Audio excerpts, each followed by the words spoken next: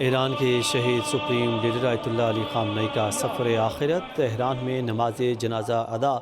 آج جنازے کا مرکزی جلوس تہران سے قم جائے گا۔ شہید کے جسد خاکی کو عراقی شہر نجف اور کربلا لے جایا جائے گا۔ ایران میں آج عام تعطیل، 8 جولائی کو یوم سوگ منایا جائے گا۔ شہید سپریم لیڈر کو 9 جولائی کو مشہد میں سپرد خاک کیا جائے گا۔ تہران کی گرین مسلح کمپلیکس میں نماز جنازہ آیت اللہ جعفر سبحانی نے پڑھائی۔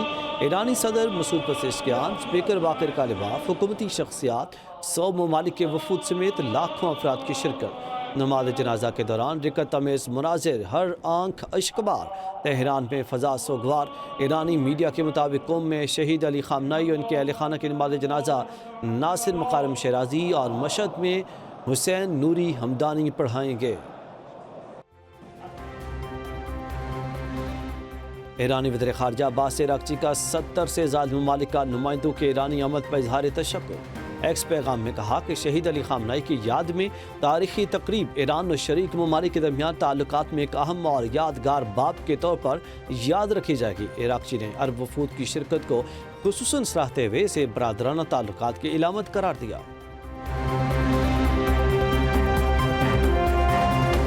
ایران کے صدر مسعود پزشکیان کا شہید آیت اللہ خامنئی مشن جاری رکھنے کا عزم۔ امام خامنئی استقامت کے جاوداں رہبر سے خطاب میں کہا کہ اگر امت اسلامیہ حق کے راستے پر متحد ہو جائے تو کوئی بھی طاقت مسلمانوں کی عظیم تحریک کو روک نہیں پائے گی۔ استقامت، وقار اور انصاف کا راستہ ہموار ہو جائے گا۔ ایرانی نائب صدر رضا عارف کہتے ہیں، شہید سپریم لیڈر کے احکامات پر عمل کرنا سب کی ذمہ داری ہے۔ مشیر ایرانی سپریم لیڈر محسن رضائی کا شہید رہبر اعلیٰ کے خون کا بدلہ لینے کا اعلان۔ کہا، ایران ناقابل شکست ہے، ہمیں اندرونی معاملات کے حوالے سے ہوشیار رہنا ہوگا۔ میڈیا سے گفتگو میں ایرانی آرمی چیف نے کہا، آیت اللہ خامنئی کو شہید کرنے والوں کا گریبان نہیں چھوڑیں گے۔ سربراہ قدس فورس اسماعیل قانی نے کا بھی شہید رہبر اعلیٰ کو خراج عقیدت۔ کہا کہ شہید آیت اللہ خامنئی نے پوری زندگی عوام کے لیے جد و جہد کی ہے۔ گروپ کیپٹن عاصم طارق شہید پر فائرنگ کرنے والا ملزم گرفتار۔ سعد عباسی کی عمر 20 سے 21 سال، تعلق ایبٹ آباد سے ہے۔ آئی جی اسلام آباد علی ناصر رضوی کی پریس کانفرنس۔ کہا کہ ملزم سعد عباسی اور نمرہ نامی خاتون ایک ساتھ کام کرتے ہیں۔ ملزم خاتون کو گھر سے اسٹور پک اینڈ ڈراپ دیتا تھا۔ ابتدائی تحقیقات کے مطابق ملزم سعد خاتون کو زبردستی کہیں اور لے جانے کی کوشش کر رہا تھا، جس پر خاتون نے مزاحمت کی۔ ڈیوٹی پر جاتے ہوئے گروپ کیپٹن عاصم طارق نے دیکھا تو خاتون کو بچانے کے لیے فوری یو ٹرن لیا۔ ملزم نے موٹر سائیکل واپس موڑ کر فائرنگ کر دی۔ ملزم کی گرفتاری کے لیے مختلف محکموں کی 11 ٹیمیں تشکیل دی۔ 275 سیف سٹی کیمرے اور 100 سے زائد نجی کیمروں کی چیکنگ کی گئی۔ فوٹیجز کی ڈیجیٹل سرویلنس کی گئی ہے۔ آرٹیفیشل انٹیلیجنس کے ذریعے ملزم تک پہنچنے میں مدد ملی۔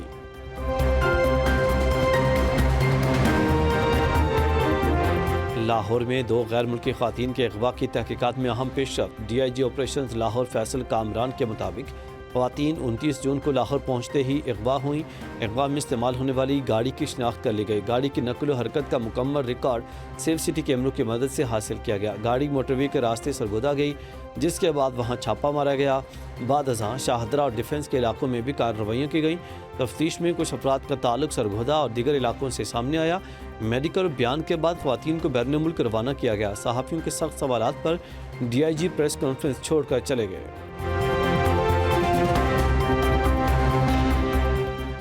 لاہور میں Punjab university football ground میں جھگڑا، طالب علم جم بحق۔ پولیس کے مطابق واقعہ یونیورسٹی گیسٹ ہاؤس سے ملحقہ گراؤنڈ میں پیش آیا۔ جھگڑے کے دوران ریحان گل کے سر پر چوٹ لگی، جس نے موقع پر دم توڑ گیا۔ جم بحق ہونے والا نوجوان یونیورسٹی آفیسر محمد یعقوب کا بیٹا بتایا جا رہا ہے۔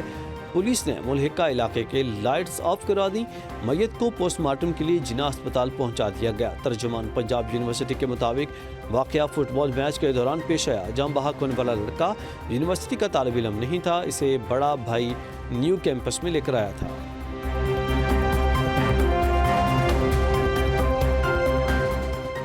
وزیر دفاع خواجہ آصف کا بھارتی گمراہ کن پروپیگنڈے پر شدید رد عمل۔ کہا کہ بھارت کی جانب سے ان پر ذاتی حملوں یا ذہنی غیر مستحکم کہنے سے مسئلہ حل نہیں ہوگا۔ جنگ میں شکست کے بعد مودی گرتی ساکھ کے باعث شدید دباؤ کا شکار ہے۔ پروپیگنڈا مہم سے اس کی ساکھ بحال نہیں ہو سکتی۔ راہل گاندھی نے بھی مودی کو ملے اعزازات سوال اٹھا دیا۔ خود ساختہ تشہیری مہم کا مقصد خود کو عالمی مدبر رہنما کے طور پر پیش کرنا ہے، مگر اس سے مودی کی ساکھ عالمی شعبدہ بازی کے طور پر ابھری۔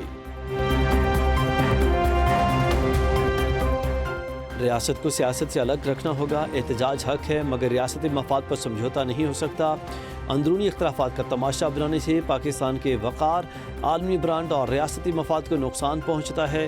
وزیر منصوبہ بندی ترقی احسن اقبال کا اورلینڈو میں اور کنونشن 2025-26 سے خطاب، کہا کہ اڑان پاکستان حکمت عملی کا محور برآمدات میں اضافہ ہے۔ پاکستان کی برآمدات $40 ارب ہیں، جنہیں 2035 تک $100 ارب سے آگے لے جانا قومی ہدف ہے۔ اوورسیز پاکستانی عالمی منڈیوں میں پاکستانی برآمدات بڑھانے میں کردار ادا کریں۔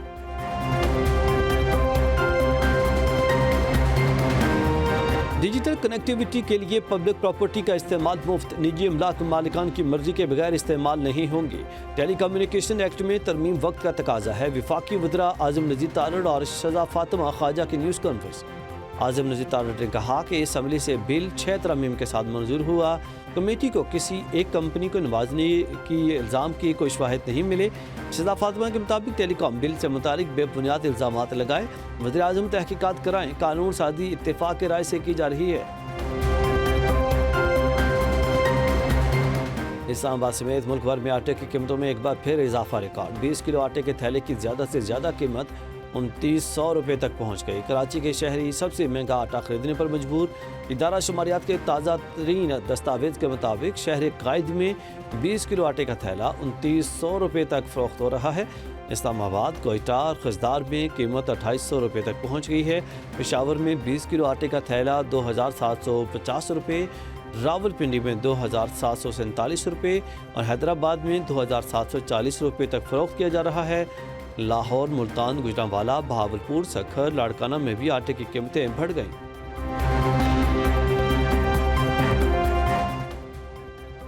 امریکہ نے مفاہمتی یادداشت کی خلاف ورزی کی تو فیصلہ کن جواب دیں گے، ایرانی قائم مقام وزیر دفاع میجر مجید ابن رضا کا انتباہ، کہا کہ امریکہ پر عدم اعتماد کے باوجود علاقائی ممالک کی درخواست پر معاہدے پر دستخط کیے۔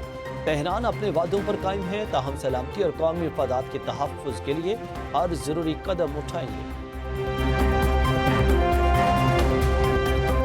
ایران کا اپنے ہرمز میں جہازوں سے سروس فیس وصول، دوست ممالک کے لیے خصوصی رعایت کا اعلان، نئے انتظامات کے لیے ایران اور عمان کے درمیان تعاون جاری ہے۔ بیجنگ میں ایران کے سفیر عبدالرضا رحمانی فضلی کا بیان، کہا کہ مجوزہ سروس فیس کا مقصد اپنے ہرمز میں سیکورٹی اور بحری آمد و رفت کو مؤثر بنانا ہے۔ ایران مشکل حالات میں ساتھ کھڑے ہونے والے مالک کے ساتھ خصوصی تعاون اور ترجیحی رویہ اختیار کرے گا۔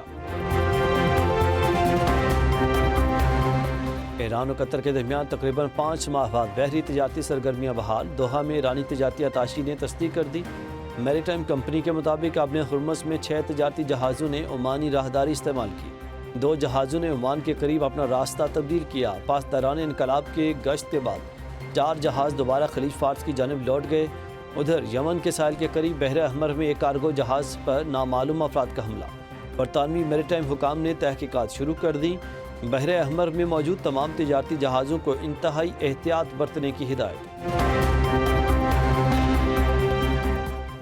اوپیک پلس کا عالمی منڈی میں استحکام برقرار رکھنے کے لیے بڑا فیصلہ، سعودی عرب سمیت 7 ممالک تیل کی پیداوار میں تبدیلی کریں گے، یومیہ 1,88,000 بیرل کی ایڈجسٹمنٹ کی جائے گی۔ فیصلے میں سعودی عرب کے علاوہ روس، عراق، کویت، قازقستان، الجزائر اور عمان بھی شامل۔ بیان کے مطابق تنظیم کے رکن مالک مارکیٹ کی صورتحال پر مسلسل نظر رکھے ہوئے ہیں، ضرورت پڑنے پر پیداوار کی سطح میں مزید مناسب تبدیلیاں بھی کی جا سکتی ہیں۔ تنظیم کا اگلا اجلاس 2 اگست 2026 کو ہوگا۔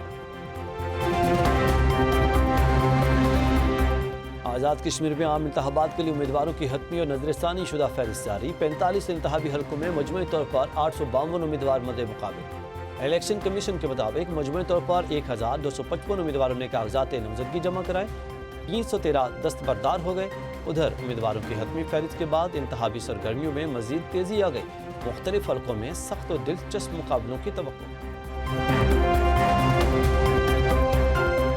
آزاد کشمیر میں عام انتخابات قریب، صدر مسلم لیگ نون نواز شریف کا انتخابی جلسوں میں شرکت کا امکان۔ نواز شریف نے انتخابی مہم کی ذمہ داری خواجہ سعد رفیق کو سونپ دی ہے، مقامی امیدواروں کے ساتھ مل کر انتخابی مہم چلانے کا اعلان۔ اور ذرائع کے مطابق خواجہ سعد رفیق آزاد کشمیر میں نون لیگ کے انتخابی جلسوں سے خطاب بھی کریں گے۔ گلگت بلتستان کے نامزد وزیر اعلیٰ امجد حسین ایڈوکیٹ آج حلف اٹھائیں گے۔ تقریب شرکت کے لیے chairman Peoples Party Bilawal Bhutto Zardari Skardu پہنچ گئے۔ نامزد وزیر اعلیٰ اور پارٹی کے صوبائی صدر امجد ایڈوکیٹ نے استقبال کیا۔ بلاول بھٹو زرداری شہریوں میں گھل مل گئے، سیلفیاں بھی بنوائیں۔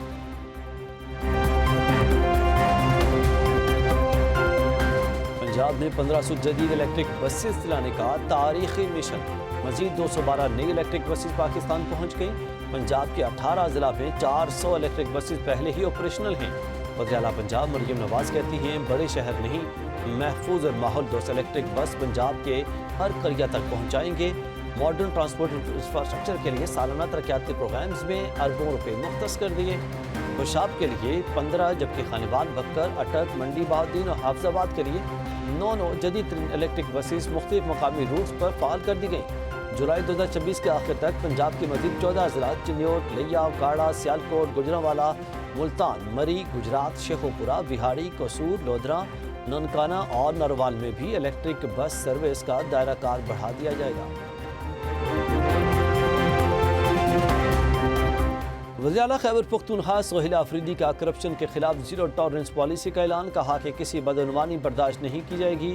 عوامی مسائل کا فوری حل یقینی بنائیں اور ہر محکمہ اپنا کمپلینٹ سیل قائم کرے۔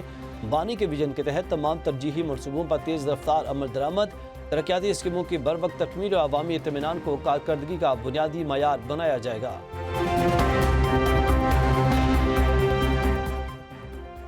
امریکی صدر ڈونلڈ ٹرمپ کا روسی ہم منصب ولادیمیر پیوٹن سے ٹیلی فونک رابطہ، یوکرین جنگ کے حل میں مدد کی پیشکش کر دی۔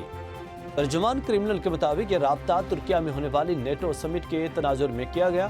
صدر ٹرمپ نے کہا کہ اسٹیو وٹکوف اور جیرڈ کشنر دوبارہ ماسکو آنے کے لیے تیار ہیں۔ ترجمان کے مطابق روس بھی اس تنازع کے سیاسی اور سفارتی حل کا خواہاں ہے، تاہم ہمارے بنیادی موقف کو مد نظر رکھا جانا ضروری ہے۔